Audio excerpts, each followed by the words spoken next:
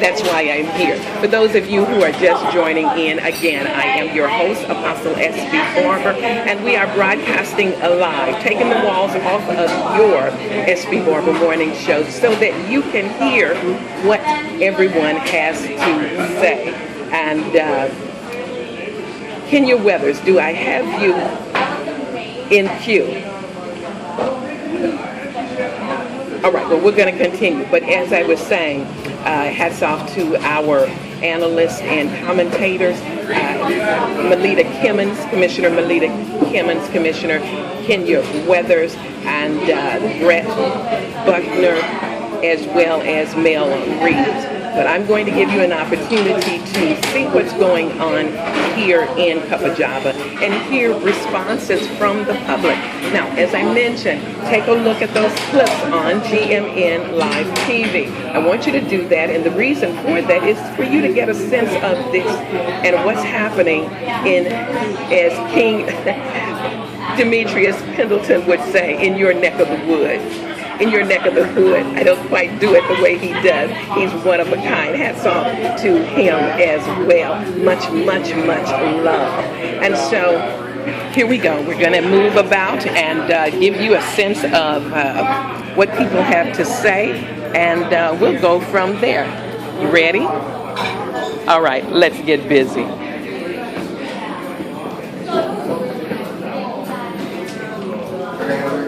Hi.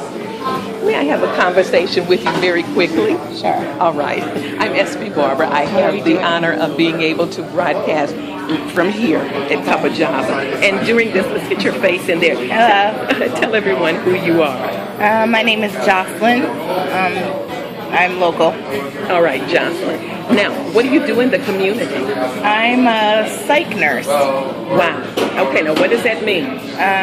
Take care of patients, monitor their mental status, medications, watch them for if they've gotten a hold of drugs. Sometimes in the facility I work in, we have tube feeders, we have other cares I do. So right. I do strong nursing, skilled care, plus monitor a lot of behaviors. I deal a lot with behaviors. You know, one of the things that's really significant right now, I didn't plan this, number one. I didn't know you were going to say that. But let me get your take on what's happening with trauma cares for our children they turn on the TV. Before they go to Channel 2, some things are heard, some things are seen, the bullying, the violence, the gun shooting, the over-policing it. Wow, where do I begin and where do I stop? I want to stop with you. What's your perspective of how are we engaging our children to get a sense of what they need at this particular time? I have from emotional care. It's funny that you say that because I have 3 kids and one special needs, and they're all in school. So, you know, I talk to them at home because I hate to say it, but I don't have a lot of faith in the school system. And that they're going to educate them, or they're going to educate them realistically, fairly. You know, I don't really like the fact that there isn't a lot of talk about that out there. And usually when there is, it's to sway you one way or another because someone has an ulterior motive. Thank you. So I love that. I choose to talk to my kids directly about that, and I give them the facts. I give them the facts, and I let them make their own thoughts, their own decisions. Then I talk to them. Well, what did you think of that? What did that make you feel? How do you see that? How do you perceive that? If you were able to talk it through. Right, if you were able to, and the other key is not interrupting, just let them talk. Yeah, I just because a lot of times when we ask our children things, we start butting in and putting our 2 cents in on that comment, and it shuts them down. Yes, what I want you to do is talk to. We have educators, politicians, community leaders, clergy, and folks nationally in this state and intercontinentally chiming in on your SB Barber Morning Show, and I hope you'll make this your destination. But what I want you to do is talk to folks and let them know what should they be looking for, or give them some. Let's start with the school. Okay. Let's start with the school. Behaviors in school is a big thing. If you start to observe behaviors in kids, especially kids that otherwise aren't having behavioral issues, it's a key that something's going on, and you really should try to get through to that youth. I mean, they're going to be stubborn. They're not going to want to tell you. But, I mean, once they start with the outbursts, they start getting in trouble. And they're not regularly troublemakers. And they're acting out is probably, I'd say, the biggest sign you can look for in school-age kids. Followed by grades dropping. If you're in lack of not doing homework grades dropping. Lack of interest in school is another big one that lets you know something's going on at school. Those are all signs I think that would be really beneficial to look at, because those don't just happen. Those mean something else is going on. A lot of time it is even bullying. Because I have a kid who is being bullied, and I have another kid who just doesn't like the change of schools. And I've seen some of these things that I've been dealing with them. But I know when my one kid was being bullied, he shut down. He was emotionally shut down. He didn't want to go to school. He was upset. He wasn't doing his homework. But my other one, she acts out. She gets in trouble. She gets stubborn. So, I mean, those are the signs you want to look for. They're a definite key that something's going on with that kid, usually at school. How should a parent, guardian, or loved one interact with the school instead of coming in and they are barking at the educators or etc., not really giving them time to say what really has been going on or even what they think has been going on? I think we should listen first. Listen before we speak. Yes. Once we get through that door, what do you want to say about observation? Observation. I feel observation in this case and almost any other case, especially with mental health, with people in general, is the first step. It's your first key. It's the first, if without it, you're not going to see there's a problem. You're not going to know there's a problem. You're not going to know anything. If you can't observe objectively without making any judgment, it's not going to be of any use. Observation, they need to be very clear, unbiased, with no judgment. You need to take a look at what they are, just for what they are, then maybe write things down that you noticed, go back, sit down, and then think. But we're very inept. We want to judge right away. That's how our culture has put us. But we need to be clear-minded, we need to be focused, we need to be very non-judgmental when we're making our observations, because we may miss something and that may be the key. It's very important. How can parents, even through their school system or even through medical arenas, because there are some medical programs such as, I'll just drop some names, Medica, UCare, whatever, the University of Minnesota, but a lot of times they will, if you reach out, you'll find out, parent, that there are groups that you can sit and talk with, but also with this election right now, you know how people are uncomfortable, all these kinds of things, but I'm like this. Find what is important to you. If it happens to be what we're talking about, the self-care of our children, trauma care for our children, bullying, whatever the case might be, then let's stop and now let that be important enough that we would look at the history and the track record of our politicians, the candidates that are vying for certain... Can I interject and say something? You kind of struck a nerve. I love it. It's ironic that you say that, because I'm on a big mission right now. I'm working on getting together people, and I want to try to get it to the legislature level. But I'm very concerned about the police and how they deal with Talk to your audience. You're doing that. I'm very concerned with the police and how they deal with mentally ill people, especially with the autism boom that's going on right now. You're going to have situations where you're going to see autistic people and autistic kids. I mean, they wander, they get loose, they get aggressive because they can't communicate. And you're going to start to see people with autism, kids with autism, scenarios where I see coming is they're going to be reported missing because they got loose. The parents can't find them. The police will approach someone fitting their description. They're going to attack them because they're scared and they're nonverbal, or they're going to run from them. And I see the police shooting them and killing them, and it terrifies me that this specific group is new to it's newer. It's kind of like the baby boomers are now. Well, this is our equivalent of that. These kids are just getting to the age where they're going to have to be put into homes, and they're going to get out there, and I'm terrified of that. Wow. I'm very terrified that there's nothing in place for that. I mean, I just see all these scenarios going through my head of what's going to happen to these kids. Now, let me ask you this. I'm really concerned about that right now. Let me ask you this. First of all, I want to invite you. I want you to leave me your telephone number, email, contact if you're on Facebook. Tell everyone who you are again. Okay. Hi, my name is Joslin. How do you spell that? Joslin. Last name? Last name Mbutha. Joslin isn't aware of the fact that this Thursday, tomorrow night at 9 p.m., we either do an AM show, SB Barber Morning Show, or a PM special edition. And we are celebrating campaign literacy awareness, the right to read. Educators will be on the line, as well as those who are in the medical field. I invite you. You are critical to us. Not critical. You are valued to us. And I would like to have you in that queue with us as we are talking. So I'll follow up with you. I'm telling you, you hit it. Everything is political.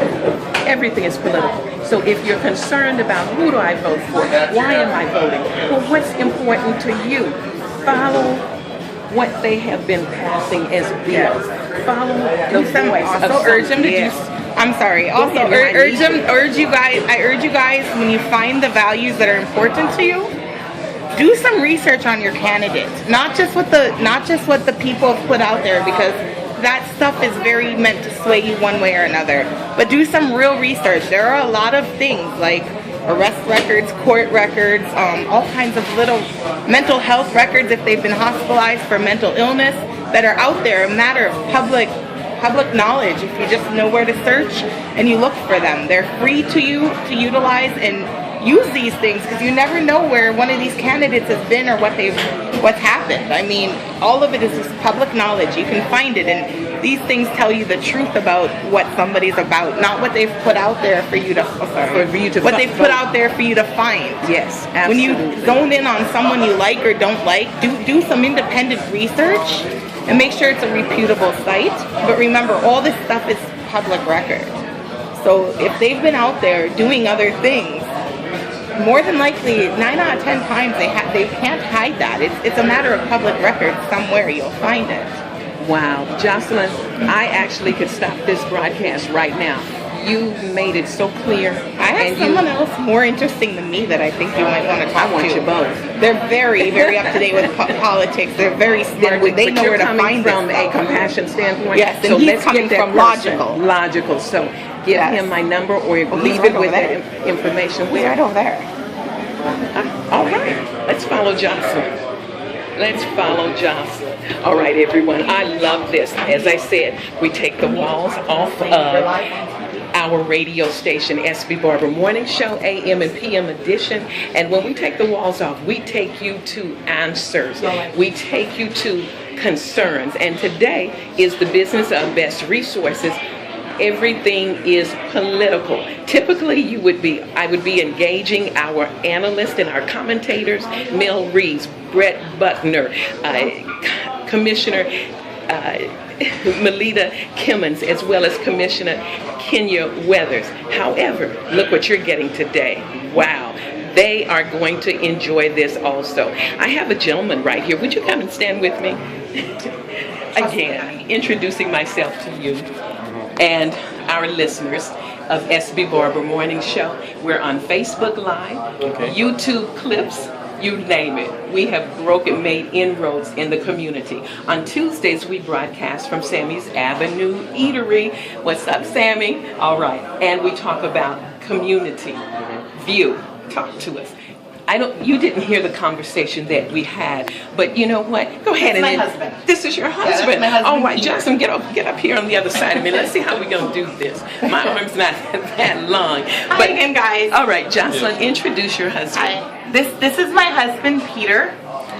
He's a scientist, mechanic, a jack of all trades, rather. He's a very smart guy, very, very smart. And he follows this stuff, so I think you guys, he has a different perspective than most people.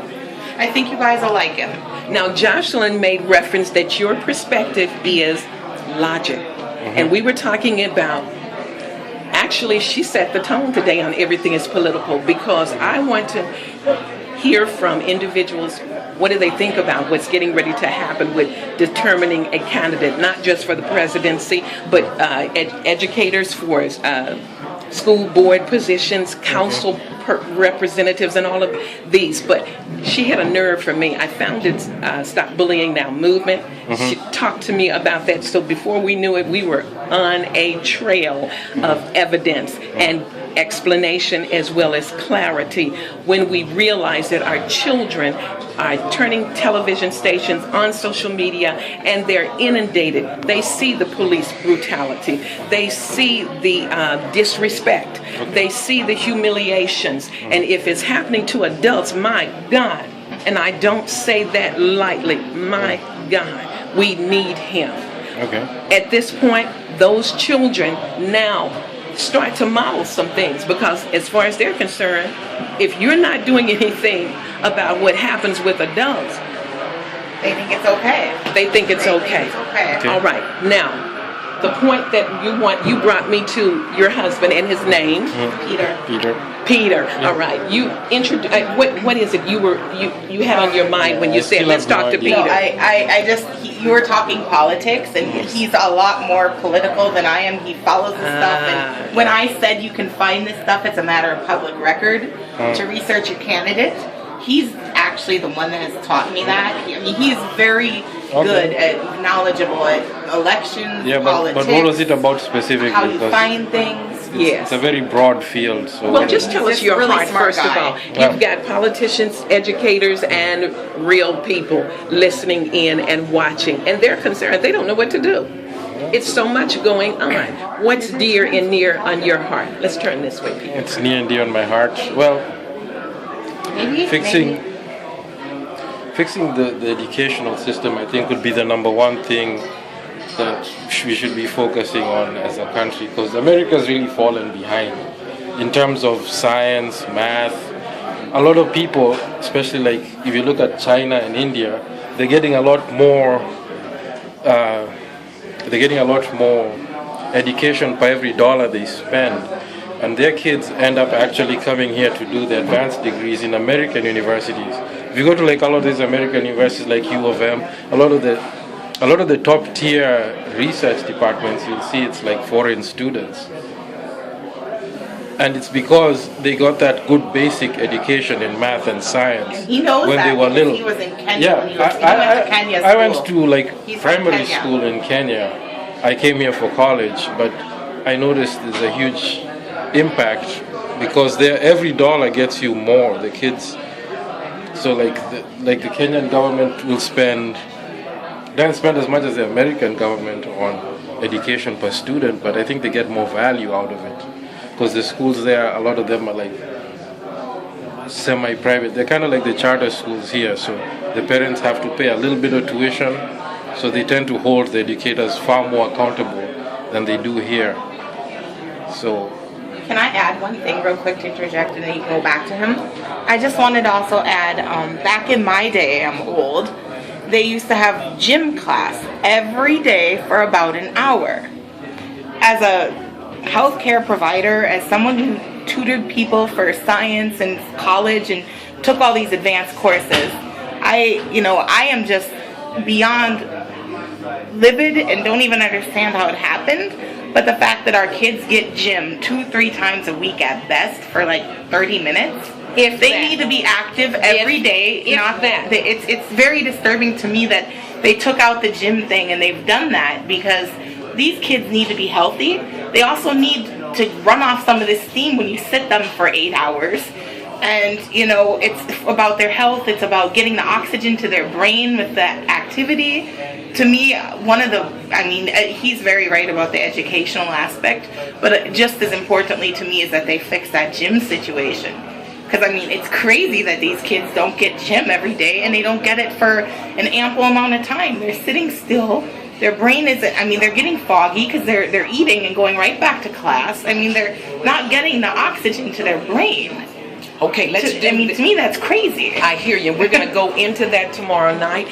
Your wife made a suggestion. She said I invited her to join us on our Thursday Health, Well, and Fit SB Barber Morning Show, the PM edition, 9 p.m. And we'll have educators, folks in the medical field, and parents who will be able to talk with us on the subject matter of, number one, the decline in reading levels. And a lot of that has to do with so much of what we're talking about here today, if you really, really go deeper. But in the meantime, for those individuals, Peter, if you'll just talk to your audience right here. This is it. Let's get you. And as though they were with you right now, what do you want to say to our viewers and our listeners about how to go find the information?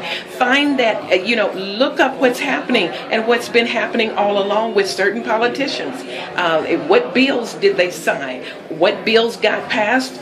And what bills didn't get passed by them? Okay. All right. I think a lot of this information is pretty much public record. If you go to, I believe there's whitehouse.gov, they list all the petitions and all the president's activities. You go to the congressional website, you'll see the bills. They actually these days even have down to the specific vote. You can click and see who voted for what and when, and you can tell. But I think it goes beyond the federal level and beyond the national politics level. I think it comes down to local levels, like the school boards, the way schools are run, the teachers' unions. A lot of that stuff has more impact on education than anything Obama says or does. So I think if you're going to fix the whole system, it needs to start from the bottom. Then the top will catch up. Because the incentives at the top are completely different. Like the teachers' union donates to the campaigns and they influence the national policy.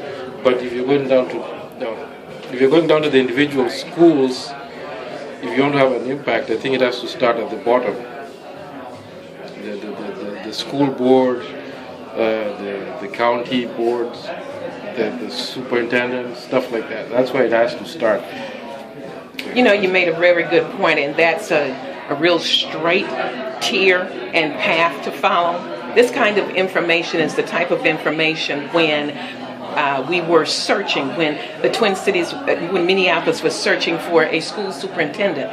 And I have to give accolades to the NAACP. They weren't satisfied with just what was happening behind the scenes. They put a call out to, and they made it, they did everything they possibly could and had 2 different locations for parents and individuals to come to students as well, to talk about what is the priority, what's the need, what's lacking to help in the school system that newly designated superintendent would be involved in.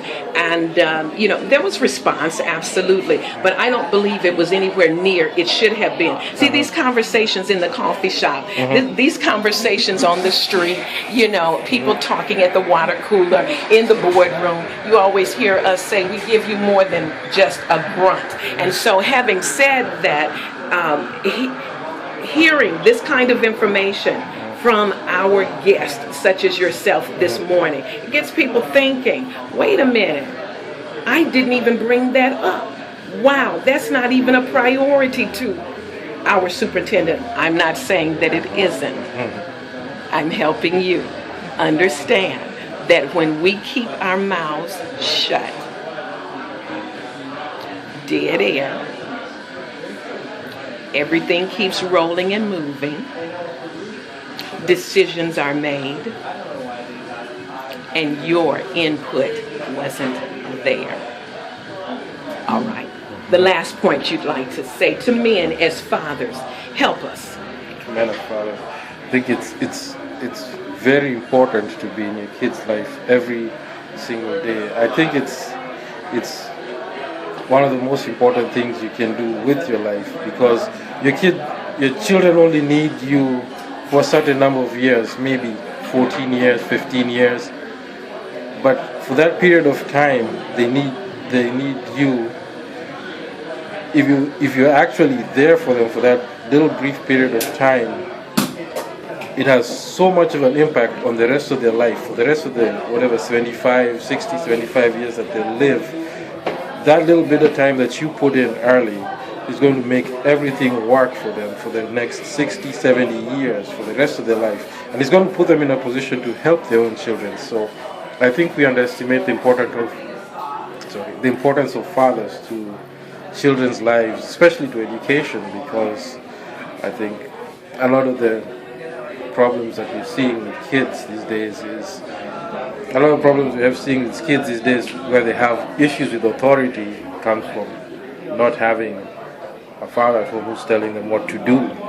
So that's all I have to say. Wow, how valuable your information is. I want the both of you to stand right next to me. Just stand close and put those little heads in.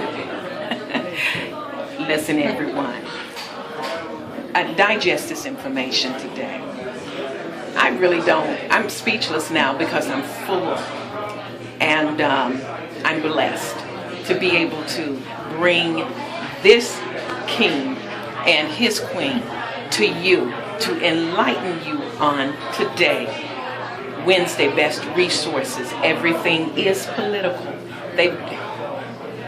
I can't wait to digest this and get ready for Thursday, Health, Well, and Fit, our special edition tomorrow evening, October 27th. On the lines, you'll be able to call in, be comfortable. Your teenagers can chime in, talk to them about some of what we're talking about now, and get a handle on some things and come to the table. Call in tomorrow evening, 9 p.m. Central Standard Time. Let me say the number, 646-595-3620. Again, 646-595-3620. Digest what you've heard today.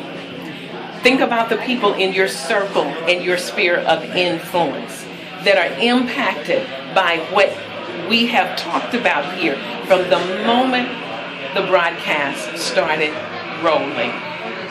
Get them to call in and listen. They've got opinions too. Shake the bushes. You know what? We are quick to run erroneous information. But you've got it straight from a husband and wife team. One from a very empathetic, compassionate, hardworking, hands-on, mothering, female perspective. And then the logic, the insight, the research, and the heartbeat of a father. I don't know what else to say at this point. Here's how we're going to do it. I've got to go now because I really want you to take advantage of listening to this and consider this a special edition, up close and personal at Cuppa Java. Wow, anything can happen right here. Thank you for joining us today. I've got to go now.